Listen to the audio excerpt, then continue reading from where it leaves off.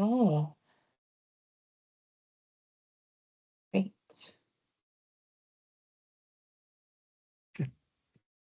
Okay. Righty. So it's 5:31. Welcome everyone to tonight's Green Mountain Care Board Primary Care Advisory Group. We have a really robust agenda. I know we sent out some pre-work, so hopefully folks were able to look at that, but I really am looking at this as a working meeting. And the first thing I want to do is I'm going to go through the list of folks we have on our current primary care advisory group. And if you could, when I call your name, if you could just let us know you're here and then just introduce yourself. Well, I'll share your name, but if you could just share where you are working, what type of a provider you are, and then that way we can level set on introductions. And then we'll get through our agenda. So I just want to make sure. I do not see Faye yet.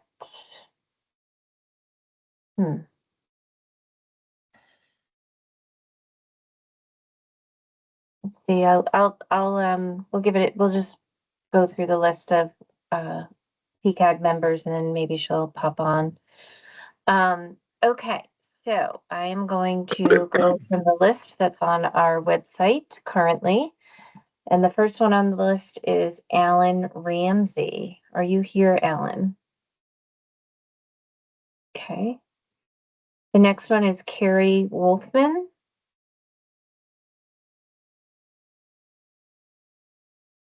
Ready? And then the next is Dana Kraus.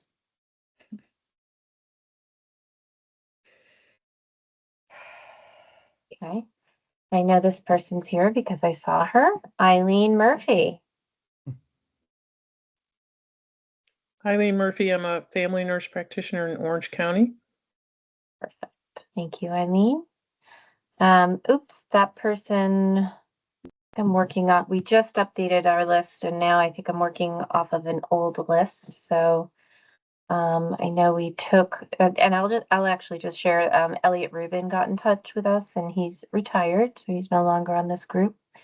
He's asked to be no longer on this group. Faye Holman, are you there? Oh, she just came on. Faye Holman. I'm here. We're going through the list of members that is listed on our website, and we're just asking that you say you're here and then where you practice. Okay. Do you want me to do that right now? Yes, we're going Okay. through the list, and we Okay. just called your name and then you appeared. It was Wow. wonderful. Magic. Faye Holman, I'm at Little Rivers Healthcare, which is in Wells River. That's on the Connecticut River, almost in the Northeast Kingdom, family medicine. Thank you, Faye. The next I see is Katie Marvin. Hi there. I'm Katie Marvin and I practice in Morrisville, Vermont family medicine. I've been a delinquent member of this group for a little bit, but gonna do a better job. There's a lot of pressures. We're really happy to see. I'm really happy to see your face, Katie. Good to see you. Thanks. Next person I see on the list is Lee Lopresti. And I am a family physician working in a direct primary care practice in Manchester Center. Perfect. Thank you, Lee. The next person I see is Michelle Wade. She's behind me. Okay. Is she? Hi, Oh, Michelle okay. Wade, Sorry, nurse I had practitioner. Great. Thank you, Michelle. You guys are throwing me for a loop there. Let's see, Robert Penny. Hi, family medicine, practiced in Burlington for many years, but now mostly retired, volunteering at a free clinic in Barre. Wonderful. Thanks, Dr. Penny. Tim Tanner. Hi, Tim Tanner, MedPeds. Used to see patients, retired from that. Now I'm a medical director and joined the parasite class of administrators. That's great. Thank you. Let's see. I'm not sure. Courtney Ledger, was she someone? I can't remember, Abby, if she asked to be off the group. Yes, Courtney bowed out. Okay, thank you. John King. Yeah, hi, this is John King. I'm family medicine in Milton, and my transportation failed tonight, so I'm walking home. I'll fit you up. You're bipedal there. Okay, great. Right. Thanks, John. Welcome. Amelia Florence. Yep. Primary care provider working at Gifford with Michelle behind me. Thank you. Paul Rice. Hi, Paul Rice, family medicine doc, mostly retired, still doing procedural clinics a few times a month, Evergreen Family Health in Williston, and also the chief medical officer for Health First, the independent practice group. Great, thanks, Paul. And then Kristen Sheehan.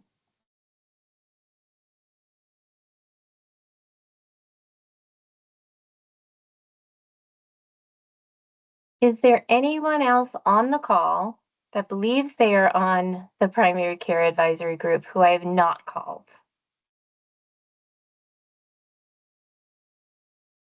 Oh, Kristen, there you are. Can you not get off mute?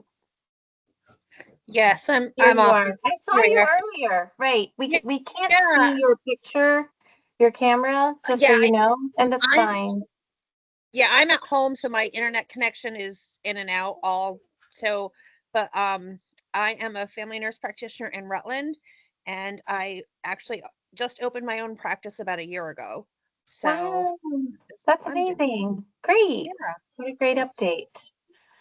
Thank you, Kristen. I knew I saw your name and I was like, where is she?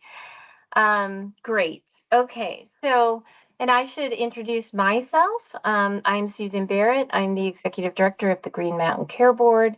I'm also the person at the Green Mountain Care Board who runs these meetings. I'm joined tonight by Abigail Parker, who is our board administrator and communications specialist, and she is our key person from the Green Mountain Care Board who will help keep us keep track of things. And she's been working with me to get information out to you. And as you see in our robust agenda tonight, we'll be working closely with us as we propose some revamping of this group. I also want to share that Dave Merman, who is the board member who is assigned to the primary care advisory group, is away on vacation. He was hoping he could call in. He's actually driving, but it was next to impossible to be able to get service tonight. So he sends his apologies for not being here tonight, but I will make sure I brief him and that he will definitely be here moving forward. So with that, we have several items that Abby and I put together. We worked with Eileen and Faye, who are long-term members of this group. Faye had put out Faye and Eileen had put out some ideas for you all to react to. And we're going to be working through these items. As I said, I really want to look at this as a working meeting. So I will just start with the agenda items unless anyone has any additions to the agenda or announcements or wants to bring anything to my attention or our attention.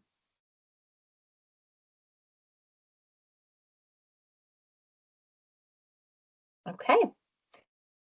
So the first item on the agenda is the cadence check of our meetings.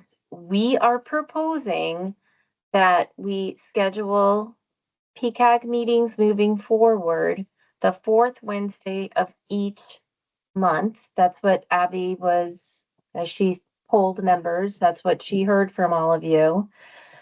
And we are landing on monthly. Does that work for folks?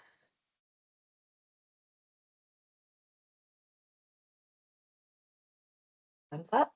Great. Oh, Tim Tanner, go ahead. The fourth one, I can't make it on the fourth Wednesday. It conflicts with the Board of Directors meeting that I have to Oh, attend. okay. So that's fine. I mean, if it works for everybody else, then I'll just bow off of the committee. Go ahead, Eileen. I don't know if you have thoughts on this.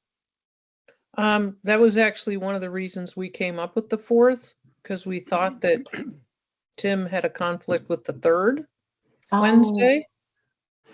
So do Should we move it to the get that 3rd? correct? Yeah, sorry We about have it that. as the 3rd moving forward, but then when Eileen thought that Tim couldn't do the 3rd and needed to do the 4th, that's when we were going to propose the 4th, but now it's a Okay. good moot point. So now As it's long making sure the 3rd Wednesday of the month is good for everyone. Okay, and let's then tee that up again. So the agenda is saying confirm that the fourth Wednesday of each month, but based on this information and this discussion, we're looking at the third Wednesday. Go ahead, Faye. Do you have anything to add? I had thought maybe, Katie, that you thought the 4th was better also, although, so I just wanted to check on that. If we keep it at the 3rd, we don't lose you, do we?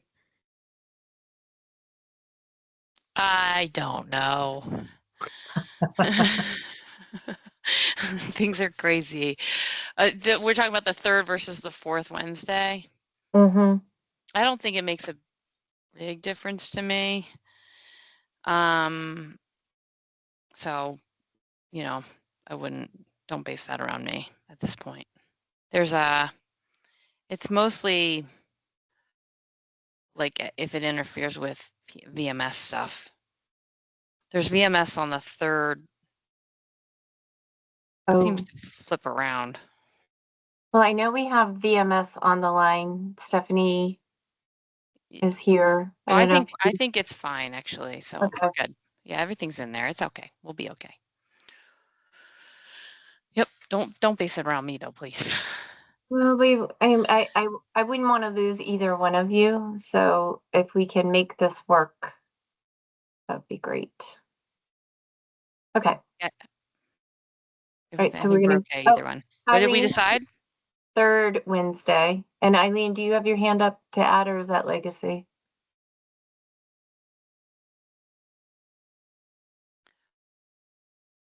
We are landing on the third Wednesday of every month. I think the only one that's an issue that I can see is June. There's a VMS priority retreat, but that looks like that's the one you moved to the 25th. So then we're good. Okay.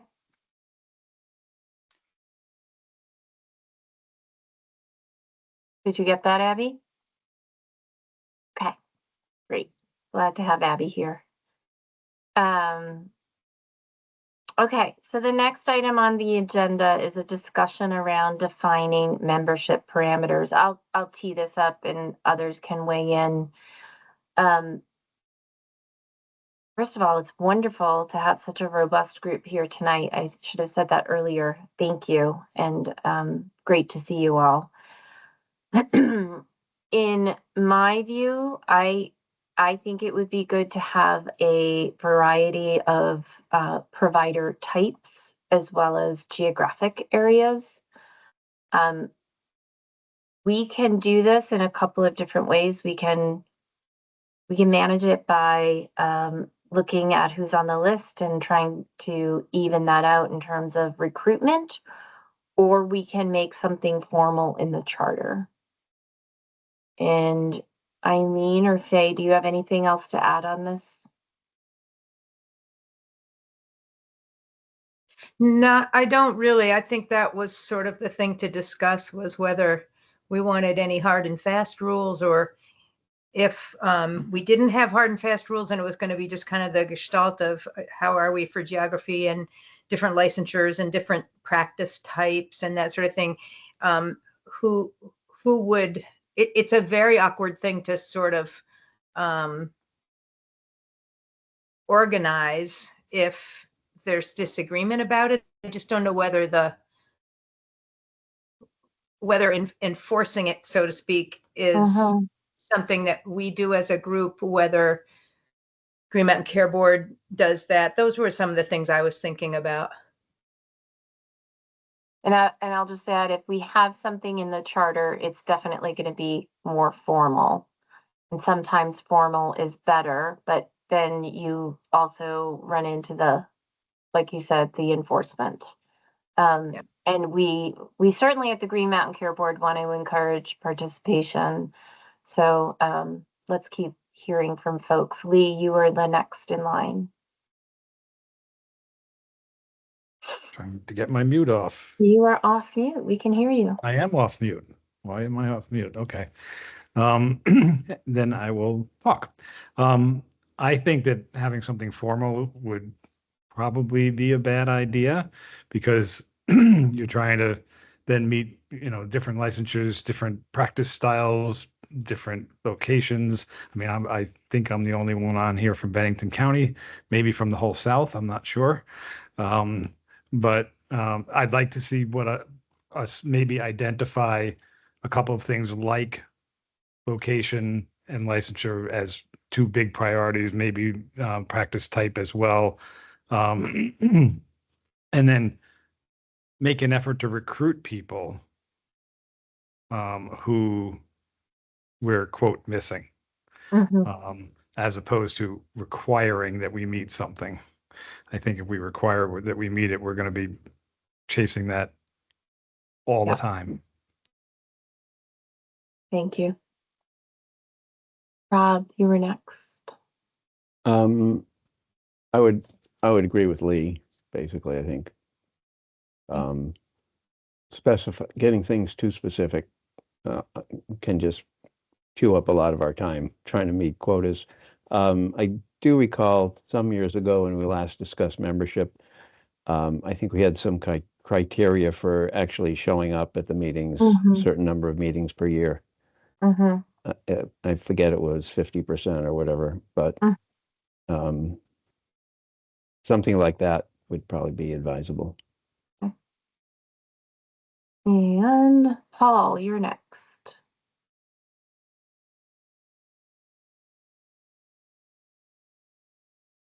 Paul Rice. You're on mute.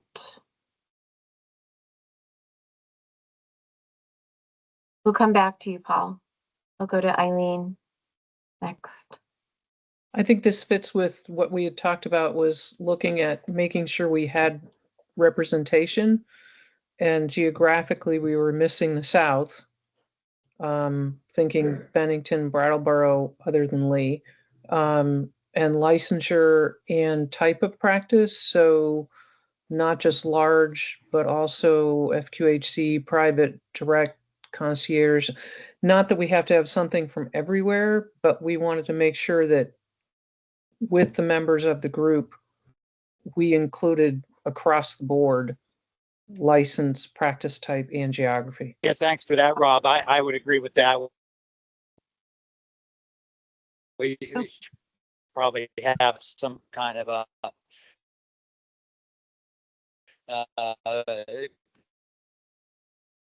Paul, we are not hearing you great. attendance through the year. Just to back up, I think Paul, we can't hear you. If you want to call back in. Be a little bit a cart before the horse here in terms of, I think it really matters.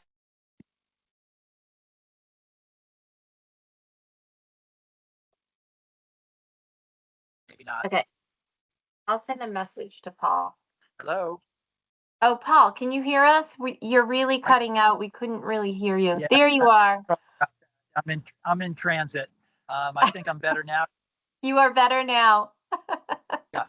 So the point I was going to make is that it really matters what the charge to the committee is, and whether the committee actually has any powers at all, or any real substantial place in healthcare reform and in future decisions around primary care funding and structure, et cetera, as to what the committee should be composed of, I think. And so I think we really want to decide what this committee and understand what the committee does first before trying to settle on who should be on it.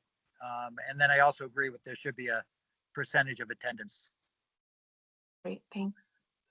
Oh, thanks, Stephanie. She shared the bylaws. Eileen, I just want to get back to you if do you have anything else to say? I cut you a little short. Oh, no, I had finished. Okay, Thank great. Okay. And Faye? Just a couple thoughts. I don't know whether this is in the bylaws, but I do think when we were talking about it, when Eileen and I were talking about it, and you too, Susan, that practicing primary care in Vermont seems like that should be a given. Like if someone wanted to be on this board who didn't practice in Vermont or who didn't do primary care, I think that would, so those might be things that should be in the guidelines. And then and then maybe coming to some sort of a number that we would be shooting for the board, so that we don't end up with a 30-member board. Not a hard number, but a range. Right. Those things I think it might be good to define. And the rest of it, the what Stephanie put up here, that it's represents different medical specialties, practice type, and all that. I think that's helpful the way it is. But I do wonder about practice or recently retired. I mean, I don't mean to not include recently retired people, but actively practicing primary care in Vermont, I think would have to be, I think should be hard and fast. Mm-hmm. And how do you define actively? Well, that we'll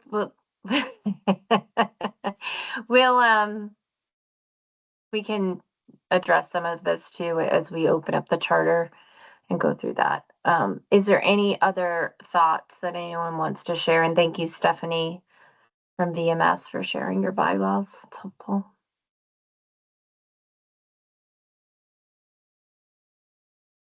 Okay. So what I thought we'd do here, if everyone is amenable, is I think we should pull up the charter, the existing charter, and go through it together. So I can't get people's names straight. I'm turning into my mother. She had 6 kids. Abby. She could never tell us apart. Abby, you know your name. Could you pull up the charter? Great. And we don't have to edit it line by line here, but Abby's offered to add in some thoughts as we go through this. So what I propose we do, can you just scroll down a little bit, Abby? It's not that long.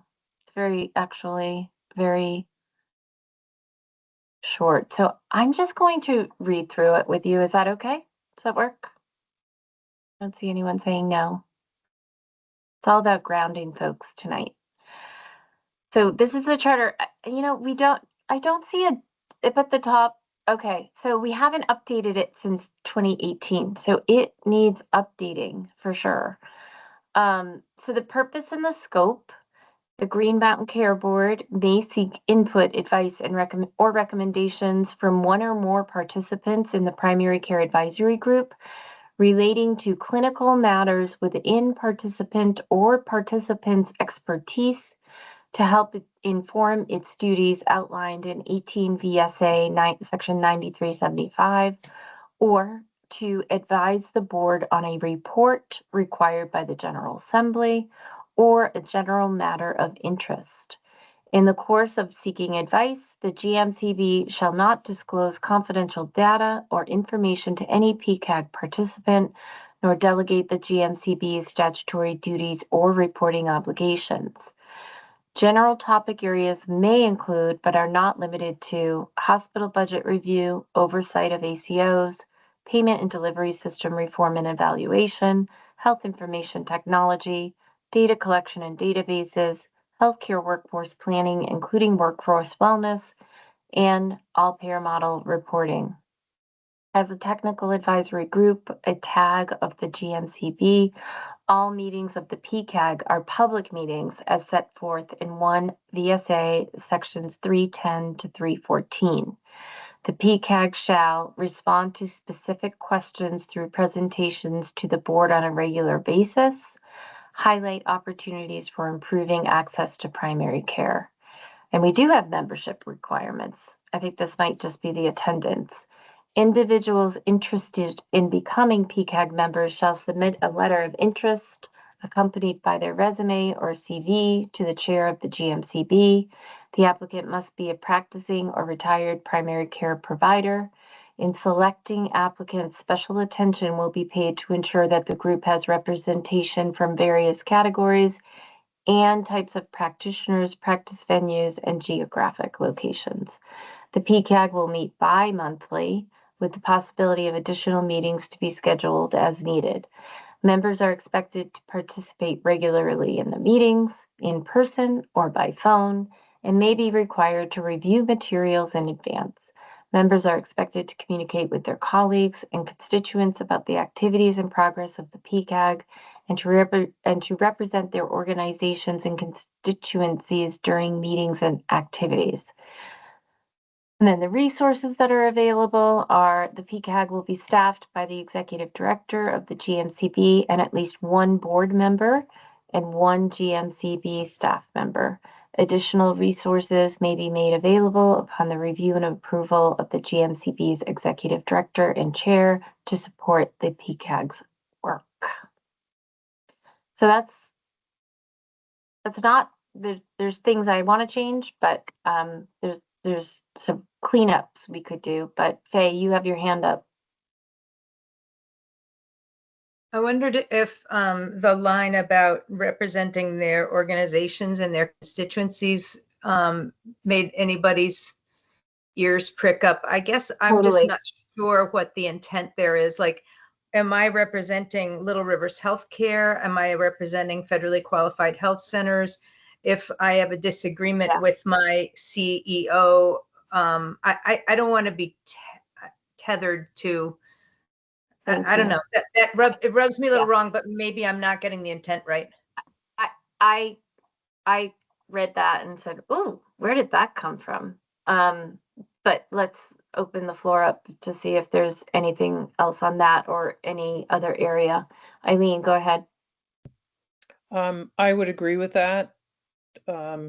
Because I think what we're looking for is representation of various types of practice, but you don't have to speak for the practice. I think what we're looking for is licensure types so that everyone can speak to that, and practice types, but not necessarily specifically. And as Faye said, I think not everybody will want to speak for their employer, except for maybe Lee. And the only thing I was going to add to that section, that's, I think, the easier section, other than the piece that Faye just said, is just make it at least bi-monthly. At least bi-monthly. That's great. Yep. And Abby, do what you can to capture these. It's recorded, so we can go through it Yeah, together afterwards. Cool. I'm taking notes on the side also. Awesome. Great. There was another thing before I go to Lee because I'm going to forget it, and I have forgotten it. Oh, under the PCAG shall, is it respond to specific questions through presentations to the board on a regular basis? That's something I was thinking about in preparing for this meeting. You all used to give some presentations and updates to the larger board. And so I just want to put a pin in that too, to see if we want to start doing that again. Lee. Oh, no, wait, Faye, I think did you already talk? You did. So it's Lee. Okay. So my concern looking at this, I mean, other than I agree with the things that have been said so far, but my concern is that that's a pretty narrow charge. And I'd like to see a whole lot more in there, to say that we are going to work to, I mean, it's not narrow to improve access to primary care, but because that could take in wellness, it could take in numbers of people, it could take in all kinds of things, but I think it needs to be more robust, other than just improving access. I don't think that's enough. Thank you for that. We'll put a pin in that too, and we can talk more about looking at the mission and the vision of the Green Mountain Care Board and the duties of the Green Mountain Care Board, and how does that align, if not, or that could be a place to look too. I agree with you, Lee. Rob, you were next. Yes, just, I guess, a little technicality, participation in person or by phone. Right. This Should is probably old. be in person or by appropriate electronic means, alternative electronic is- means. This was the before times. Remember, we would It all was hustle into Montpelier, which a long time ago. it was the before times. Thank you for that. I also, another thought that I had is, there could be times where we could meet in person, which might be really nice. It is a public meeting, so we have to make sure that there's room for public, and we have a new office, and we've set it up in accordance with the public meeting requirements, and having separate space for folks if they want to watch the meeting online. So that's definitely an option Yeah. too. I think we started this during the pandemic, and then there were the floods. And then there were the floods. And, going back to geography, I remember the folks from Bennington and Brattleboro, like they were always calling in. Like those were the days before we had really good teams participation. So we have, that is a very, very small silver lining, if there is such a thing, from COVID. Tim, go ahead. I'm a little uncomfortable as an advisory group dictating to the Green Mountain Care Board what we will do. We sort of serve at the will of the Green Mountain Care Board and hopefully respond to questions. So I'm wondering about changing shall to may, just to reflect that we are, we don't have any authority, as Paul said, and we're trying to respond to questions that may come up. Also, I'd like to somehow highlight that this group is responsible in some way for keeping an eyeball on a primary care perspective on the activities of the Green Mountain Care Board. But again, we have no authority. I hear you.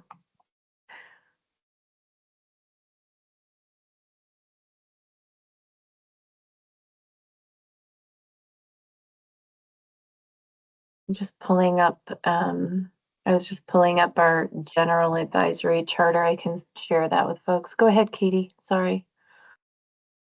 I was going to try to say something similar to what Tim said, and I apologize that I did basically miss all the meetings last year. But for what it's worth, I do feel like in the past this has been sort of a one-sided direction, and it feels like the same message, really consistently one-sided.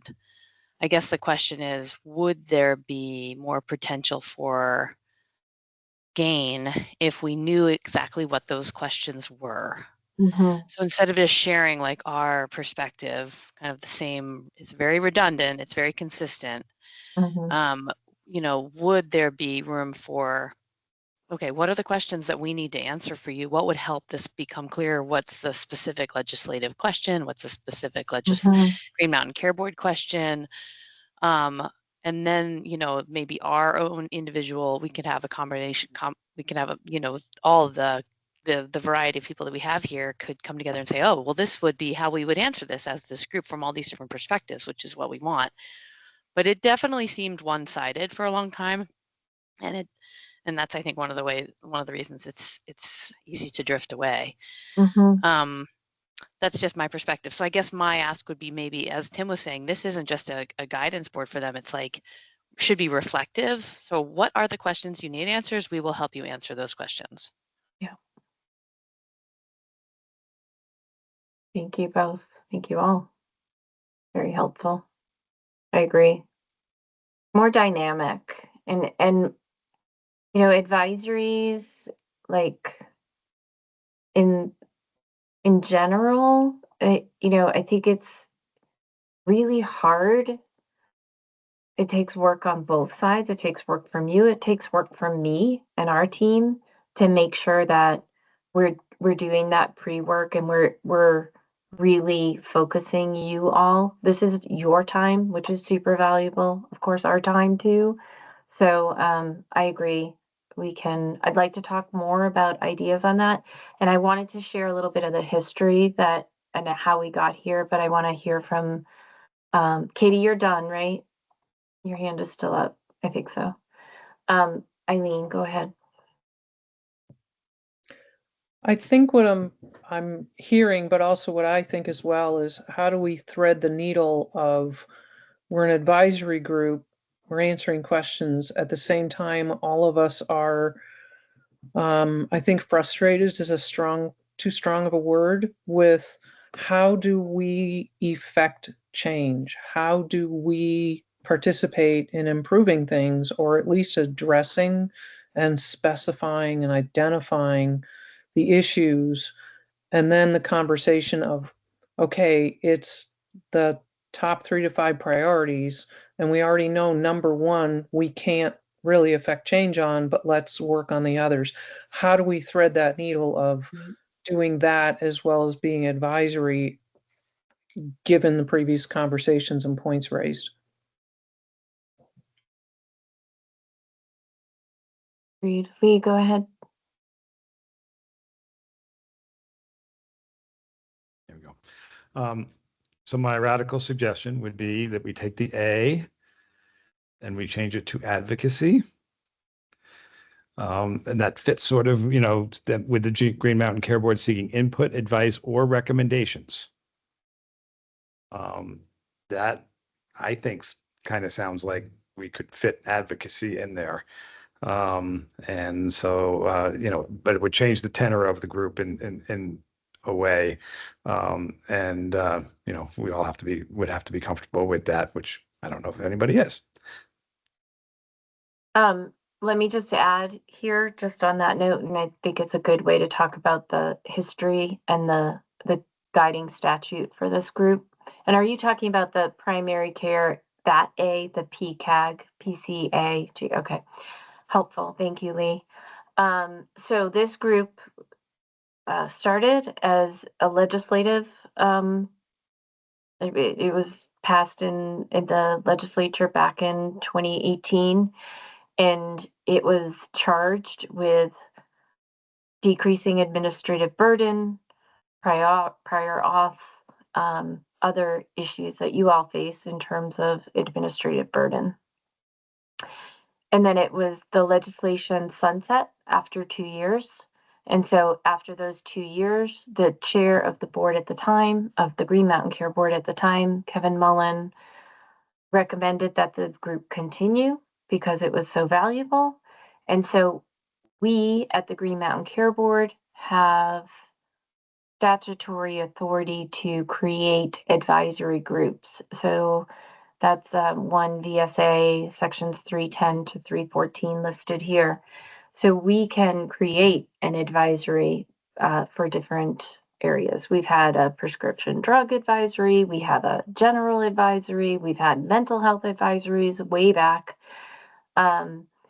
So that is the guiding statute, which, getting back to you, Lee, on the A, I think that it has to be advisory based on the law, but I can take it back to, I am not the board's lawyer, so I don't want to make a decision on this, but we can take that back.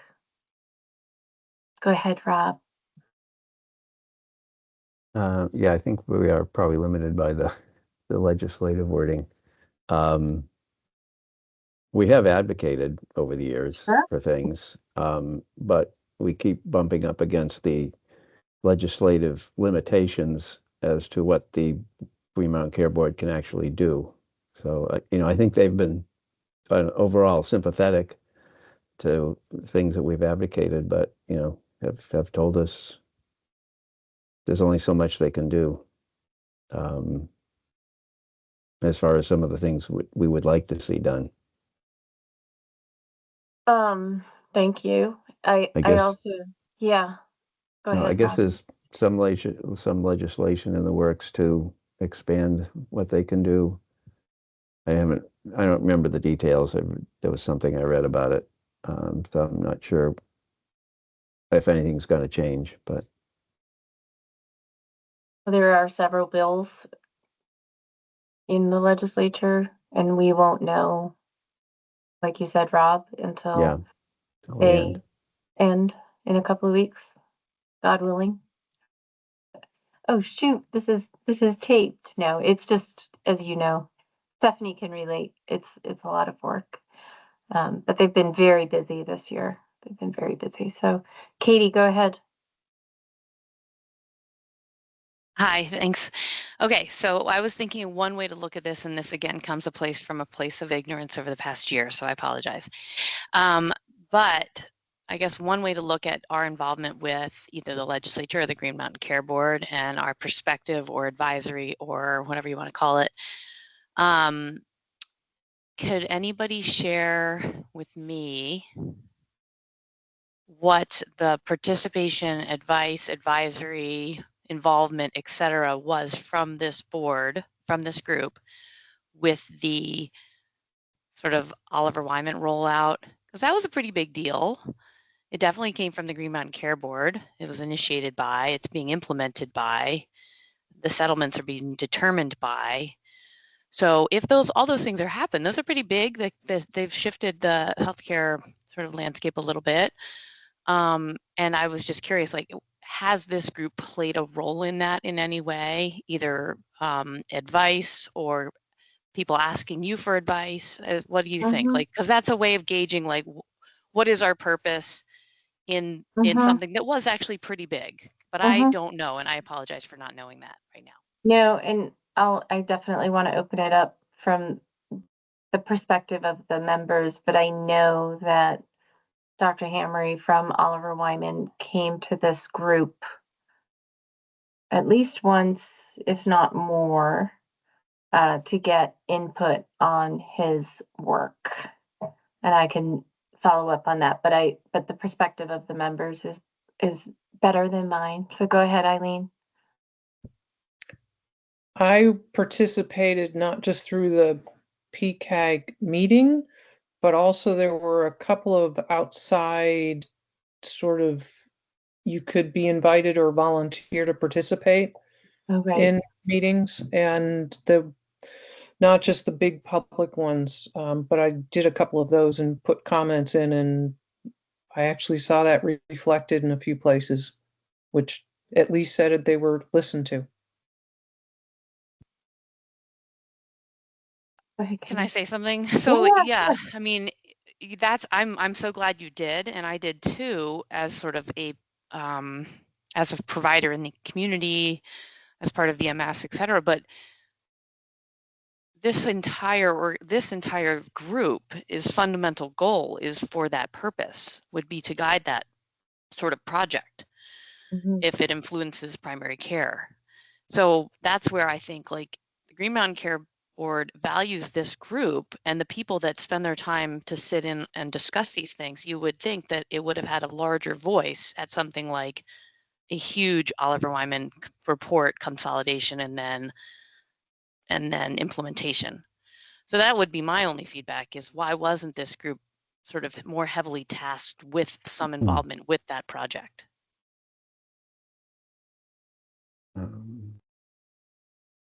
ahead, Paul. And I wasn't going to answer that. I'm taking note of that, Katie, unless you wanted an answer. I think from my perspective, that Oliver Wyman did use this group, but I think your point is well taken. So go ahead, Paul.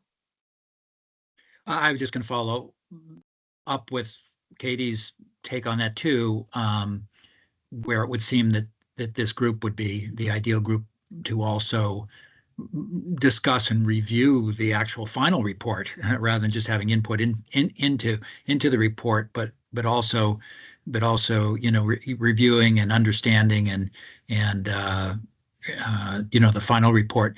But then also you would think we would have had with this group a major role in the decisions and discussions around whether to go ahead with the HEAD model. I'm not sure this group really participated in that in any meaningful way. Participation in that model could have obviously very significant impact on the future of primary care in the state. Maybe that's for further discussion as to what's on our agenda in the future, but we really haven't got into those real important things. And for that matter, the current status and future of the blueprint, which is something that, sorry to say, seems to have been, from having lots of history with the blueprint, was sort of done to us rather than with us at first, and continues to have very sparse sort of input as a formal input from any real primary care committee or organization in terms of guiding or deciding about the blueprint guidelines and implementation. That's helpful. I just jotted down, and Rob, I will go to you. I just wanted to say this out loud so we capture it and we can come back to it. My first question, I think, for the group and for all of us is, what does participation look like? Those are really good examples. And is it someone coming to the meeting and giving you a presentation and then you share feedback? That could be considered participation. I'm hearing that that's not the participation that you want. I think you want more. And then I just remembered that we had on the table from the last meeting that we should add on this structure, and maybe it goes in our charter. To your point, Paul, about the AHEAD model, our colleagues at AHS and the governor's office are leading that model. We are collaborating with them. But should we have the director of healthcare reform or somebody from AHS payment reform staff on this group, joining me and Abby and Dave? If I just would put that out to all of you, because that would, or would it be somebody from the blueprint? We can discuss that. So I just wanted to flag that as well. So go ahead, Rob. Yeah, I know we had at least one presentation by Oliver Dr. Hammery. I think that was it here, yeah. And I heard at least one other. I don't know if it was here or some other group, but they had input from us. I remember looking at the charges to the consulting group, and I, and I'm sure others, gave them feedback specifically of the importance of primary care to achieving those goals with which they were charged. And I think it was within this group, many expressed disappointment that was pretty much ignored, the importance of primary care to their entire report. Focused on the hospitals, and those obviously were important. But again, they had input and they ignored a lot of it, I think was our takeaway, or at least mine. Thanks, Rob. And I see Faye next. I think echoing a little bit what Rob said, they did, input is one thing. There were a lot of public meetings and there was public comment, and tons of people gave input to what they wanted, but there was no discussion about this was not any kind of democratic process. There was no discussion about, let's go back to PCAG with our 23 ideas and see what they feel about how this would affect primary care. So I felt a little bit like it was a little bit, I don't have the right words, but it sort of made everybody feel good that they'd been able to say what they wanted to say. But I don't think we were not consulted about that outcomes of the report, the actual advising in the report. So I think that's kind of what Paul is saying too, is that if we're going to do this, really like people to listen and act like they listened. And to me, it seemed like there have been great many barriers to that. The Oliver Wyman report is a good example, but also when we have these ideas, it seems like what we're hearing is, well, so-and-so controls that. We don't have control over that. This isn't our charter, whatever. I guess, I think we're just all looking for ways to make this feel more effective. I think the best idea so far on this meeting, which is not a new one, but I'm glad to have it restated, was let's find out what Green Mountain Care Board needs from us. Give us specific things that for us to respond to. And I thank you, Faye. When we talked about that, I wrote on my notes to follow up with the board members and have them share exactly, there's the overall structure of the group and your charge, but then I think will give the framework that we can follow, that you all can follow. I think there will certainly be one-offs. I just want to, and this is a little bit later in our conversation, like for the settlement for the primary care and how that is spent. That's a really good example of what feedback we need and input. I don't know what the right word is. And then the other thing, Rob mentioned it, I think you've seen it in the news. I don't need to tell you this, but the healthcare landscape it's not great right now financially. We have Blue Cross Blue Shield that's on the verge of insolvency. We have many of our hospitals in the red. Many of the federally qualified health centers are suffering and financially in trouble. Not because of the people and you all and the hardworking people in all of these places. It's the landscape is tricky right now. It's frightening. I'll share with all of you after the meeting.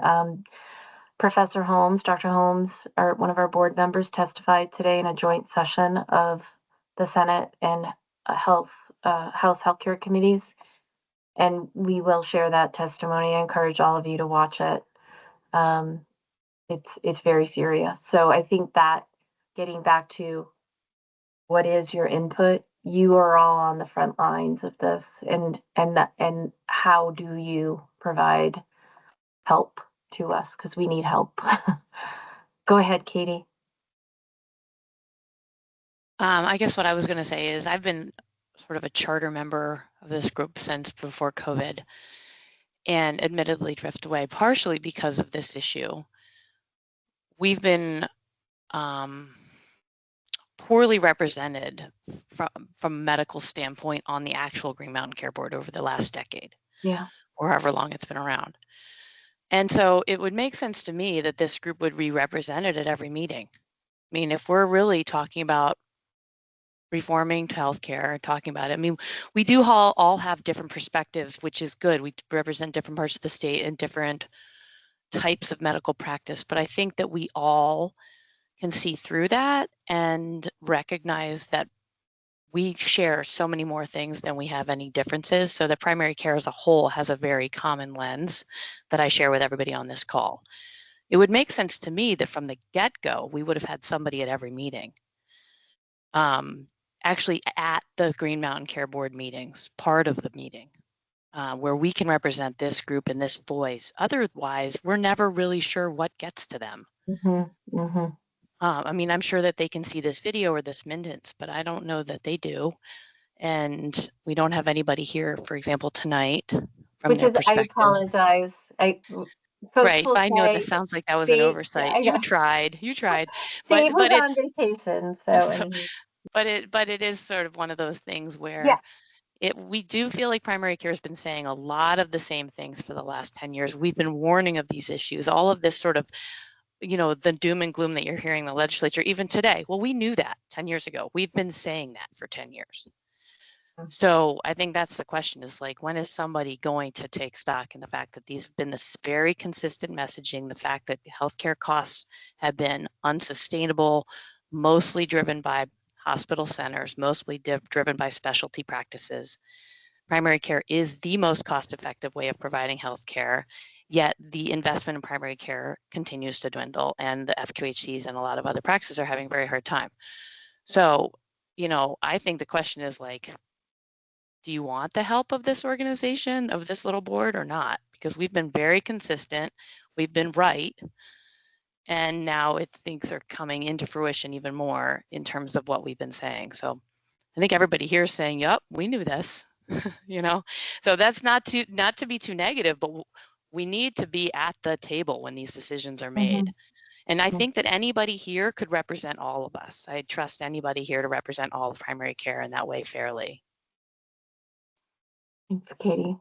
You could even have rotations, and it wouldn't mean you have to be at the entire meeting for every part of the meeting, but I really like that idea. And I'm also going to say, our board is wanting this input and wants to look at this differently, and not as, we'll share this with the primary care advisory group. Okay, we checked that box. No, we want, and I'll just say, I can speak for myself. I can't speak for the entire board, but we do need that effective and actionable input that we can make decisions on. So go ahead, Lee. So you said you used the word shared with the primary care advisory group. Yeah. And unfortunately, that's a interesting word, because that's actually what I feel a lot of what we've gotten has been people coming to us with canned presentations. I remember the Oliver Wyman thing, the one I was at. I don't remember an earlier one. And we got the whole 67-page PowerPoint deck or whatever it was. And they said, and this is what we're going to do. What do you think?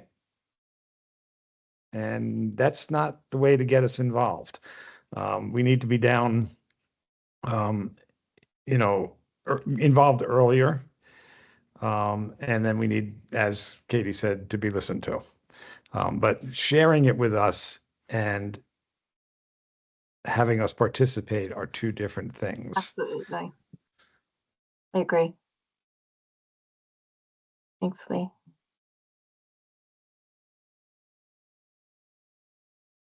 Anything else?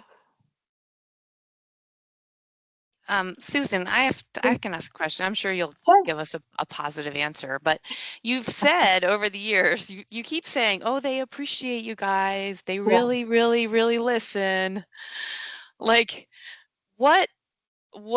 so can you share a little bit more about that? Because that is important. I mean, otherwise we wouldn't be doing this still. Yeah. So are there examples where this happened because of something from this group that you can think about? I don't want to speak for the board, but I can talk about things that are happening and have happened publicly. So last year's rate decisions, so the QHP rate filings. This is pretty detailed, but I think it goes to exactly what you're asking about, and the importance of how the board is looking at primary care and making sure that there's more equitable reimbursement, because I don't think it's equitable yet. And I'm pulling this out from memory, so don't quote me on this, but they explicitly wrote in that direction, in that decision, that the rates that the insurers should be looking at the quality of care, and I'll have to pull it up because I don't want to misquote it, but really looking at finding supporting care, like you were saying, Katie, supporting those practices that are providing high quality, lower cost care. And I'll pull up the exact quote, I think, in the decision because I don't want to misquote it. I'm pulling it out of the recesses of my mind. That's one area.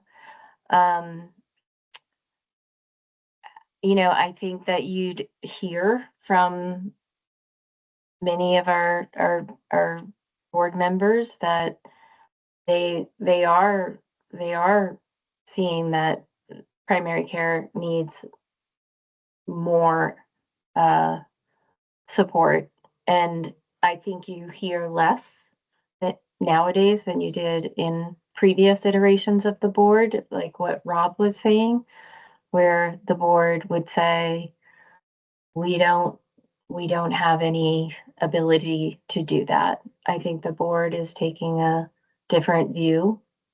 This more recent board. So that's a start. I can look at some other things, Katie, and share it with the group, but does that answer your question? Because it's a good one. It might not be perfect, but I think it's a start.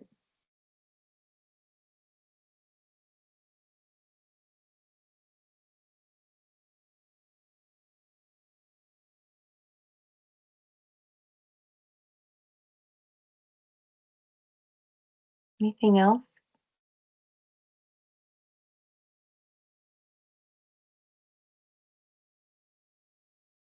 Looking at the time, we have a half hour.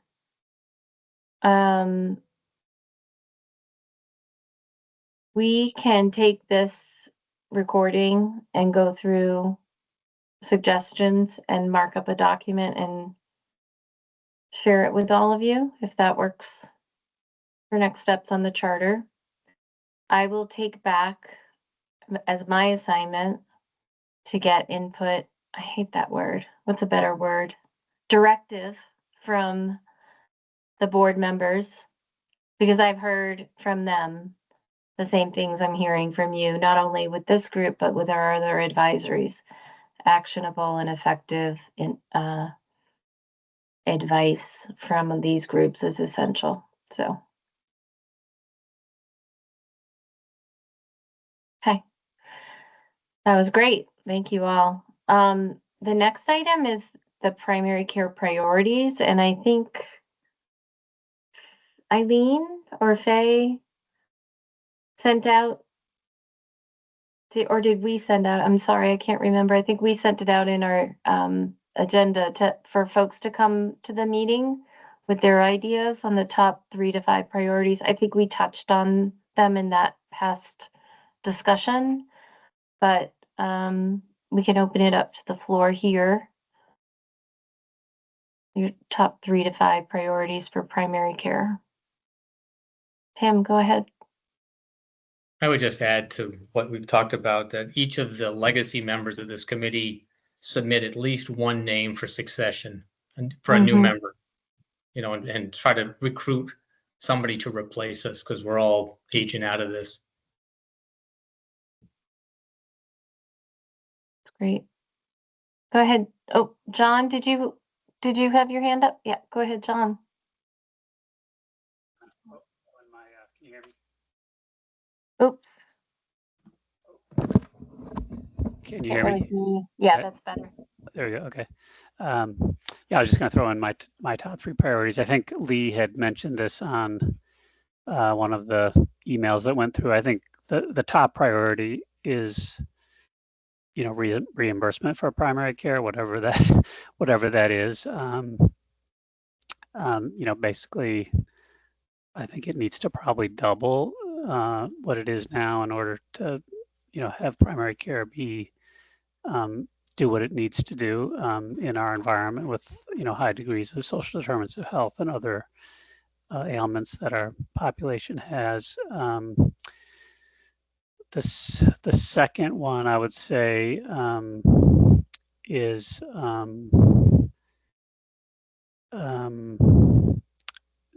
I'm really worried being at the medical center where I have been able to see the value of implementation of AI. I'm really worried about the disparities that are going to occur when that's fully implemented at large medical centers and no one else can afford it. It's completely practice changing. I've been doing this for 40 years, and it completely, even in this first phase, which is really rudimentary, and it's going to get way better in the next few years. I think it saves me an hour a day, and I feel much less drained at the end of the day. And I think Tim had mentioned this in one of the correspondence as well. I just think figuring out how we can leverage those, and maybe they'll just happen to everyone. It'll just become so cheap and effective that it will disperse everywhere. But I'm just worried about the potential of that issue in a rural place. And then third is just and really a positive announcement related to education. I think we do need to train doctors in places where they'll practice. Having trained docs in UVM for 20 years, we know that we do a great job of populating Burlington, Chittenden County, but the majority of those people stay around there and don't feel comfortable often, except for a few, which many of you are on this call, have taken the jumped out into smaller areas. And we just hear yesterday that we received accreditation from the ACGME for our rural program with Maple Mountain, which is a consortium of 6 FQHCs in Vermont, and potentially we also learned from other states that there's ways that we could leverage Medicaid resources to potentially expand GME way more than what we're initially planning in many communities and different types of practices and hospitals and all that, which is different from kind of what I knew up till a couple of months ago. So I think there's a potential opportunity there to get federal money to pay for the education, so it doesn't have to come out of a small state like ours. I heard that in testimony today. Congratulations on that. Let's see. Lee, you're next.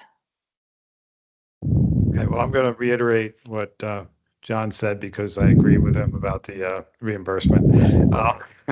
But I also would advocate that, primary care says that we do continuous care of people. It's not episodic. And we need to probably seriously look at changing how we get paid. Not what we get paid, how we get paid. And thinking along the lines of a capitation thing, or what they have that I mentioned in British Columbia, where they get paid almost half of their salary comes from what they're getting from their population and the disease levels and other things that they have of the population. And that's half of what they get. They don't have to bill for it. And billing drives everybody crazy. Billing drives all of the garbage that we have to put into the electronic health record. And if you could free primary care from doing that by paying us, to take care of a patient, then that would make a big, big, big difference. And I think it would bring a lot of people to primary care because they would say, wait, I don't have to be in the ICD-10 CPT box for the rest of my life.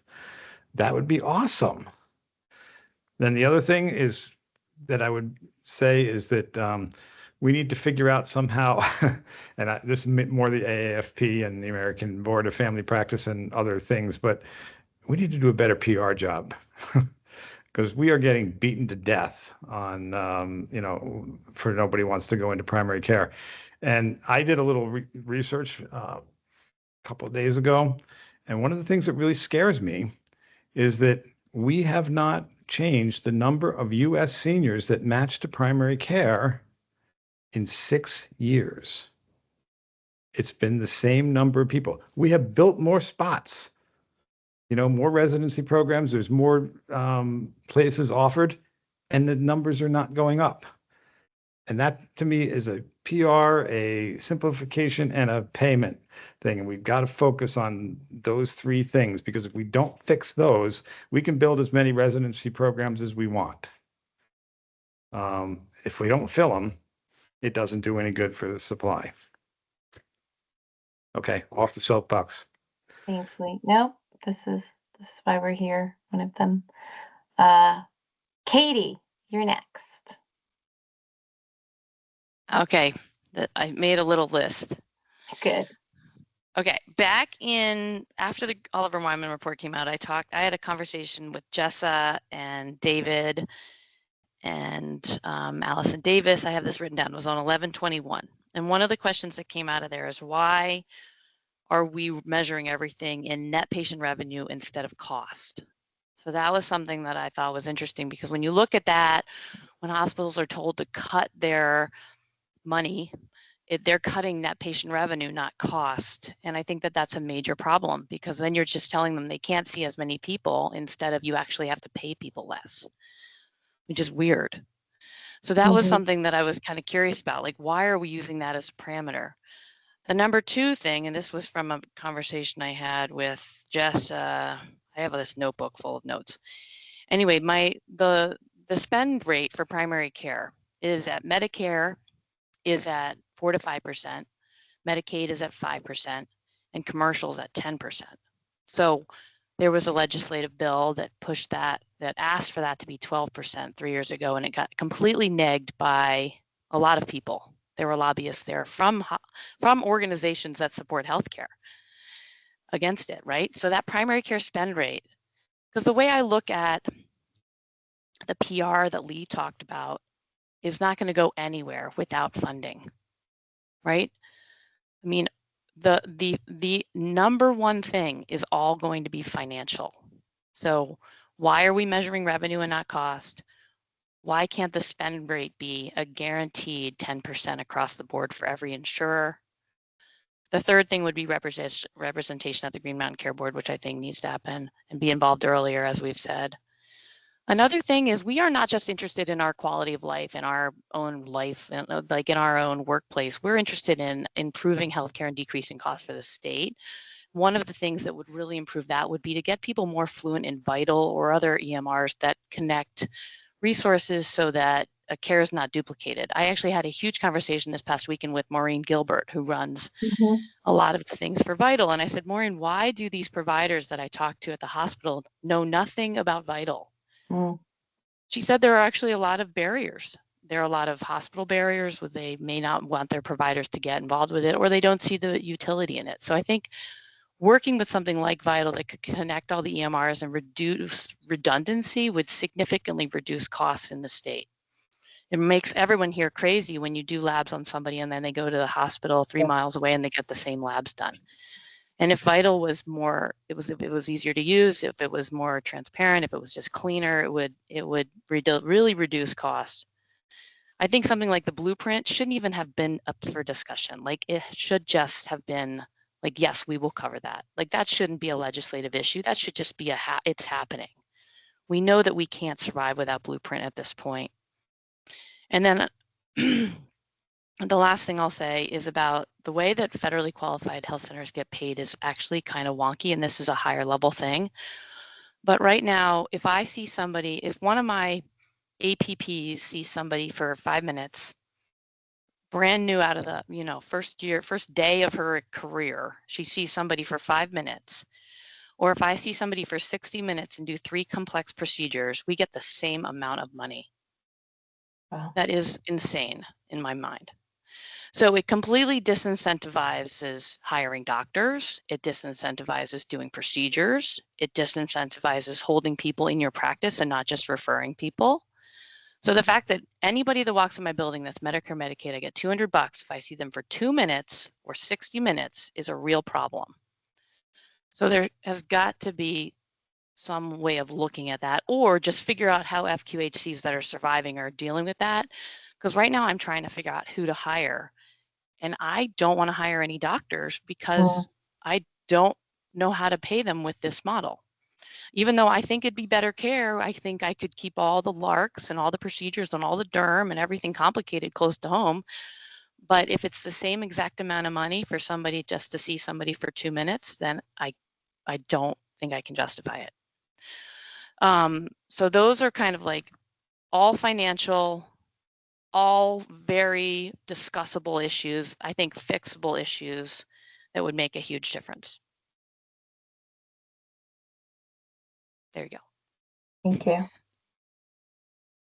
Paul, I'm going to go to you, but I just want to say thank you for all of this, and we'll work on compiling all of these and sharing them out with the board too. And there's that word again, communicating all of this to the board so that this is a good way for them to get their reaction. And again, my sincere apologies for not having a board member here tonight. I think everyone here, please back me up on this. Dave has been here for every single meeting except for tonight. So, Paul, go ahead. Thank you. Yeah, correct me if I'm wrong, but we're listing our priorities, yes? Yes, sorry. Yes. Right, The 3 to right, 5 right. top priorities for primary care, which Right, is right. kind of, and it could be something that we build on for this group. That's the way I looked at it too. Right. So I mean, my first two are really building on what has already been said. The way we get paid, is going to be really important, and we haven't hit upon the right way yet. One Care's sort of capitation model. We primary care is. We shouldn't really be at full capitation because there's too much disincentive with that. We already have the sort of right model in that we have sort of these management fees, but the Blueprint management fees are just minimal compared to what they really are trying to cover. And other sort of management fees should probably be at least half of what we're taking in. And that's to cover all the things that go on when you're not face to face. And it needs to be high enough so that you don't have to make a face-to-face visit to get paid, which is really, or a phone visit to get paid. We do so much behind the scenes, refilling medications, filling out forms, following up on tests or making referrals, et cetera, et cetera. None of that gets paid.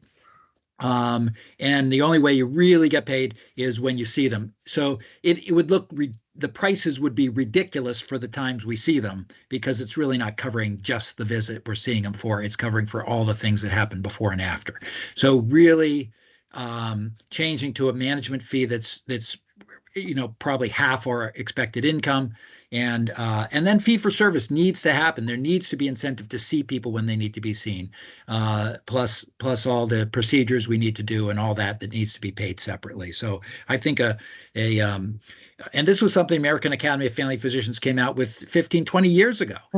They believed that a robust management fee plus fee for service plus a performance amount on top of that is the way to go. And I don't know where they stand on that, but it still makes the most sense for primary care, I think. The other is adding supports. I heard talk from John about AI. With my practice, I had something better than AI for the last 10, 15 years, which was a scribe, and certainly an AI for the scribe would make the scribe work better, but a scribe is a live AI, somebody who can go get you equipment, can follow up on things, can talk to the patient, can do patient education, can drop medications, can give vaccines, but also writes down everything you're doing with the patient. And I would have retired many years sooner if I hadn't had a scribe. So whether you use a scribe or an AI, it has to be paid for, and they have to be trained.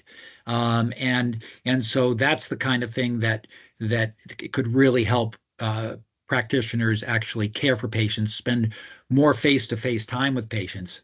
With a scribe, I was able to actually spend much more face-to-face time with patients because I was able to go room to room and not have to stop and write all sorts of stuff down.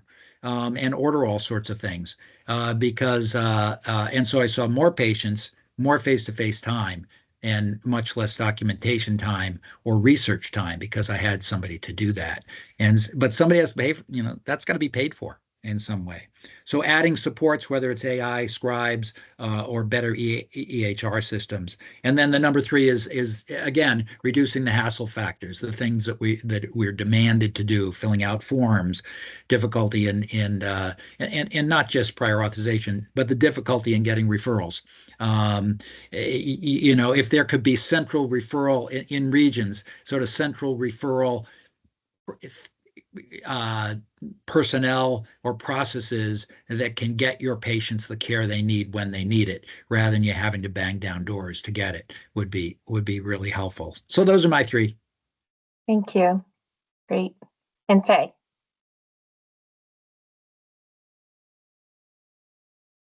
Oops, you're on mute. Rookie move, sorry. I would love to have folks on this group try to put their 1, 2, 3 in as basic a form as they can, send it out to all of us. This is one of the things that I had on what I was thinking about this group and how to reinvigorate it is, should we do more emailing between meetings? Can someone be the collator, the collaborator? I don't really know that we want a chair of PCAG or something like that. And I don't know who the heck would volunteer to do it anyway, because we're all busy. But for this one thing, coming up with our top 3 to 5 goals, I would be willing to look at everybody's emails and try to put them into categories. So payment reform, I think we all have different ideas of how that might work, but we could do the big categories. And I would be willing to look at everyone's emails and try to do a synthesized version of the top of the greatest hits. So I will ask if anybody wants to do that. You can send it out. Happy as a third orally. party, or Eileen, I'm happy to help facilitate that. Stephanie said SurveyMonkey. I also love Microsoft Forms, so I'm happy to do that too. Oh, And, you take it and run with it, Abigail. all right, cool. Yeah, I'm All right. happy to do that. Thank you, Abby. Yeah, I didn't know if we wanted to talk about the UVMs. We have 7 minutes left, and Yeah, no we one's have here 7 from the minutes. public. Thank you.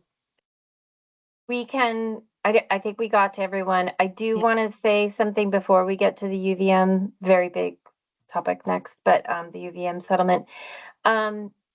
Tomorrow I'm going to be in House Healthcare, and I think they're going to ask about this group. I think there are questions about this group. So this meeting is really timely. This feedback is really timely. We can pull out, Abby and I can pull out some of these top priorities that you're sharing today, which I think will be helpful for them to hear. And then we can follow up with that official document. But I just wanted to say that out loud. I think there's some interest from the legislature and all of you. I just want to say also, I graduated UVM in 2015, and for my primary care, I've always gone to UVM adult primary care, and I've always seen a resident, and I always ask them when they're graduating or getting close what field they're going into.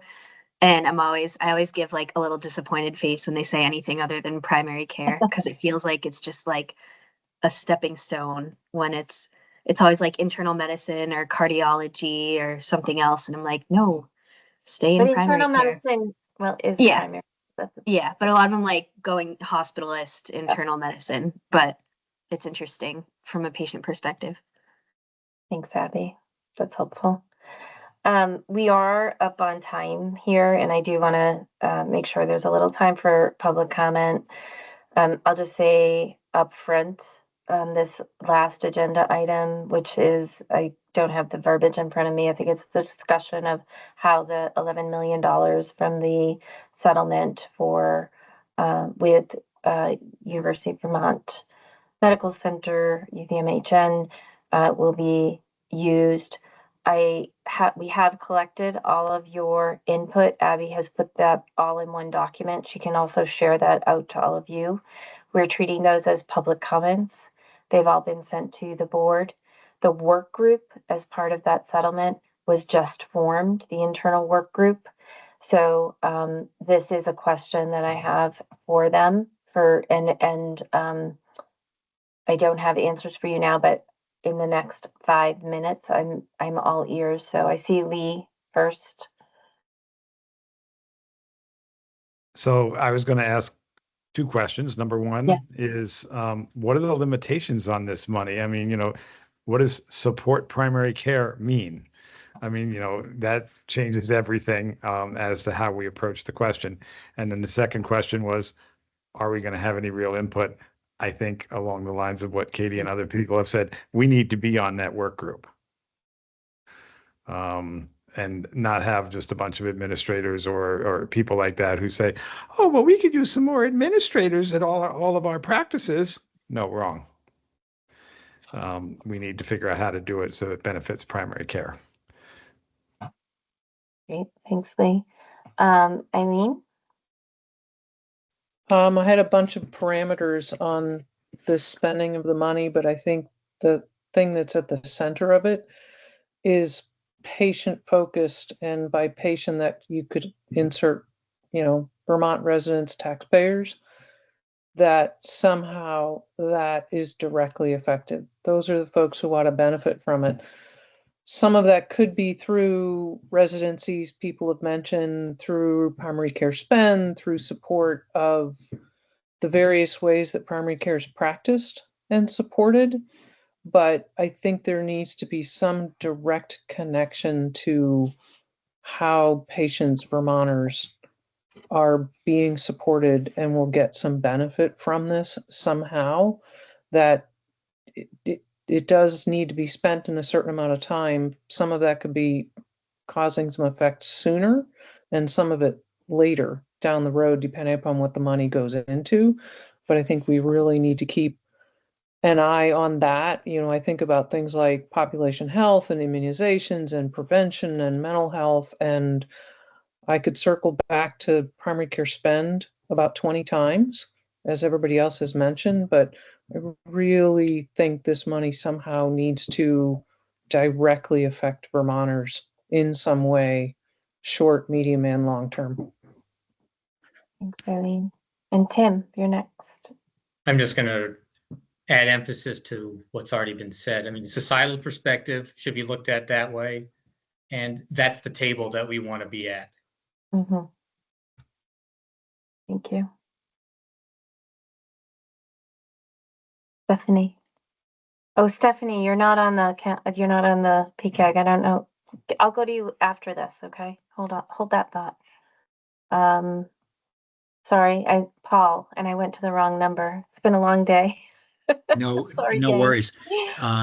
Yeah, I mean, I think the priority should be access, and access to primary care is basically through more of us or more of our time, freeing us up from other non-clinical things, administrative things, those kind of things, so that we can actually more efficiently see more people sooner. And so if you put the focus on that, then it's both on patients who need that care and on helping the primary care workforce as well.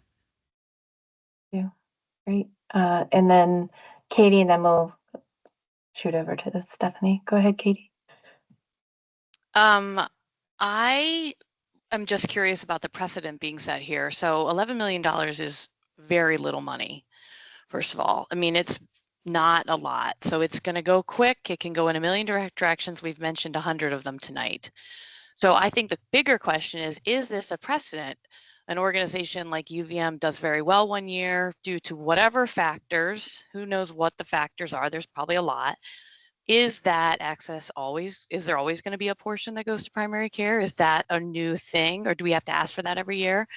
I think that that's a really good idea, and I like it. I think it should be more. I mean, the gross was what, 160 million, and we're taking 11 or whatever the number was. I don't remember, but I mean, it's still a very small fraction of what they actually netted as a hospital this year. But the fact that that 11 million can go in many, many different directions is interesting. It's just not very much. It's going to go really fast. And I thought it was also kind of curious that 11 million was also the exact number of one of the asks, right, by legislative. So I sort of figured it was a 1-for-1 and predetermined. But that's the way I'm looking at it, is more in terms of general precedent. Is this something that we should predict might be a possibility every year? Because I think that there's something to talk about there. And so I'll leave it at that. But I could list 10 different ways it could be used. Obviously, we've all said them tonight. Thank you, Katie. Go ahead, Stephanie. Well, so now we'll open it up to public comment. How's that for you? Perfect timing, Stephanie. Why don't you go ahead? Perfect. Thank you. Sorry, my dogs keep moving and rocking my computer.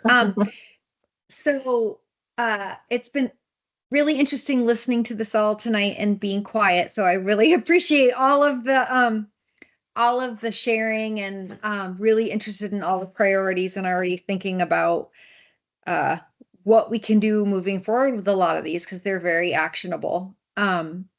So please use your professional organizations as ways to advance advocacy as well. Lee, you talked about the A and PCAG, but that, a lot of that can be done through your professional organizations. But on the settlement, I really want to talk a little bit about work that's been done, and it has been not, for us at least, being involved like from the minute we knew the settlement was coming, and we contacted many different people. The process, we just weren't sure of the process, and not sure who was actually making the decisions and how this was all rolling. So what I would say is that there are a number of primary care asks in the legislature for budget. There is zero money. In fact, they're in the negative. And then Jessica Holmes saying we need $200 million by July. Medicaid may be cut. So this, what I would say is that the approach should be to be very practical about what we fund. I don't think, as Katie said, this is not a huge amount of money, though it is significant. I would like $11 million in my bank account. So we are hoping that it will go to fill those asks that are not being filled by the legislative budget. So things like right now, the gap, that's needed from joining the AHEAD model in the second cohort for OneCare and CPR payments. That's in the budget, not the full amount, but it is in the budget. The amount for Blueprint and SASH programs was in the governor's recommend. That's the 10.8. But then things like the Blueprint mental health and substance use pilot, and Dulce, the program that puts family specialists in infant visits, those are not funded at all. So those are going to go away. That to me is a cut. So we're going to cut that. The Maple Mountain was an ask for primary care. I think that's huge for all, and all of these things are very little money. We're talking under $2 million each. And then there's a scholarship for primary care through the College of Medicine. The thing that makes it complicated when you don't fund it through the budget, when you fund it through the settlement, is that the settlement specifies that it's not hospital practices, which is then also a cut to primary care and patients. So I would just say, for the professional organizations, we are trying to take a practical approach in funding things that are not being funded, that are not being prioritized in our state legislature, and trying to figure out how to thread that needle to get really important services that we already have that we're going to lose. Thanks, Stephanie. And for the record, Stephanie, just your organization. Oh, sorry. Yeah. Okay. Stephanie Winters. I work with the Vermont Medical Society, the Vermont Academy of Family Physicians, and the American Academy of Pediatrics Vermont chapter. Great. Thank you, Stephanie. Any other public comment? We're a little over. I apologize. Very robust meeting. I can't believe we got everything in. Any other public comment? I'm not the public, but I'm happy to send out. So I'll talk to Faye and Eileen about the Microsoft form, and then I'll send that out to everyone for their priorities, and I'll summarize my notes from this meeting, and I can send those out as well. And then if anyone has any questions or comments, I'm slightly less busy than Susan, so I'm happy to like help facilitate and pun intended triage anything. Thanks, Abby. It's really helpful. Eileen? I think you mentioned something about some comments that have already come in about ideas for the spend. Oh, yeah. I think you were going to share that, but I want to make sure that was in there.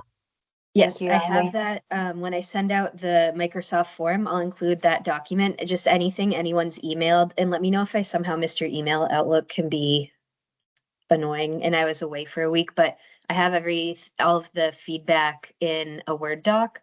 And I kind of organized it more, like I kept what everyone said, but I put it more in the form of an outline by name. So I'll send that out as well. And can I make a Yeah, question then please, regarding please. that? Go Since ahead. we haven't seen that list, right? We all haven't seen each other's kind of requests, right? There was like some that were replied to in an email thread, but then some were sent individually. Yeah, and I think that that's like an interesting thing to just consider is that everybody's going to have their own asks, but that doesn't really represent this group or best practice or a lot of evidence. Some of it could just be completely an opinion. Yeah. So it's a little dangerous if we're sending out a big ask list from this group with this. It might be misinterpreted as this has been vetted and therefore represents this group's recommendations. So I think that that's kind of like what Stephanie was saying. I mean, the ask from VMS, for example, has gone through the entire board. It's been really vetted. And it is an ask from the whole VMS that we can support, and it's predictable. So I think it would be important, you know, if we present something like this list to say, these are just individual recommendations. This is not necessarily representative of PCAG, unless you actually want to go about this a little differently and make it something we can all look at, talk about, and then consolidate into what we actually want to ask. I was keeping everything internal for now with this group, just. Yeah, no. It's, so let me clarify, because these are all being treated as public comments. Oh, right. So they've all been, and it's a really good point you raised, Katie. So they're each individual. You are members of the PCAG, but each of your comments has been shared with the board, and I believe they are posted as well as a public But comment. and not to circle back or take any more time, but does that Yeah, sort of water down like the exactly. PCAG Right. presentation as we've started out the whole the whole hour about? Right. And I think, to your point, that as a group, you should decide, I would recommend that you take those, you make a statement of your own as a PCAG, at like you shared, going through vetting with this group and then deciding on what you want to send as the PCAG to the Green Mountain Care Board or the working group, which I will follow up and get more clarity on where it should go. And what's the timeline on that? I would Stephanie say or Susan? as soon as possible, but I need more clarity. This just is evolving, but I think that as soon as possible would be good. So whether you work it through email, Abby can assist with that. I think that would probably make sense, is she can share out everyone's comments, and then you all can work with her on a consensus statement if that's the direction you'd like to go. And the consensus statement could say, we've had a variety of input. These are some of the public comments, but as a consensus, PCAG supports the priorities as lined out by AFP or VMS or somebody that's totally, that's another way of doing it. Exactly. Okay. Thank you for bringing that up. Yeah, no, that's great. Thank you. Eileen? I think we can do that with Abby in the background, kind of putting these together, that these could all go out and we can sort it like we're doing the priorities, prioritize them. This is what came out the most frequent. This is what we've heard, and then come up with a statement that comes out from PCAG. I don't know if we call it a consensus, whatever you, I think a statement from PCAG means it's consensus. Great. Anything else from the PCAG members or the public? Sorry for going over, but I felt like tonight's meeting was really robust. I really appreciate your time coming away with a lot of work, but it's good work, and we're excited to do it. I think the last thing I'll say is, as a reminder, this is a formal committee of the Green Mountain Care Board, and your communication is under the open meeting law. So if you are emailing and you are sharing information, that would be considered public, especially if Abby or I are on it. And there is I have to look at the numbers if it's over a certain number, a quorum. So maybe in the next meeting we should go over the public meeting law too. So we are all reminded of that. And of course, this is a public meeting. So thank you for that. Yeah, thank you, Susan. That's important. We'll put that in the email too, Abby, when we start sharing. Great. But so far, I think this has been great information for the public. Yeah. I really appreciate this conversation today. I hope a lot of the public watching. That's right. That's right. We care about you. You'll be on our We want healthcare to be cheaper. We're all primary care patients as well. That's true. Thank you. Thank you all. Okay. Be Thanks, in touch Susan if you and do have Abby. any. Yeah. Thank you for all your participation, and be in touch if you have questions. Take care. Thank you, Susan. Bye. Bye.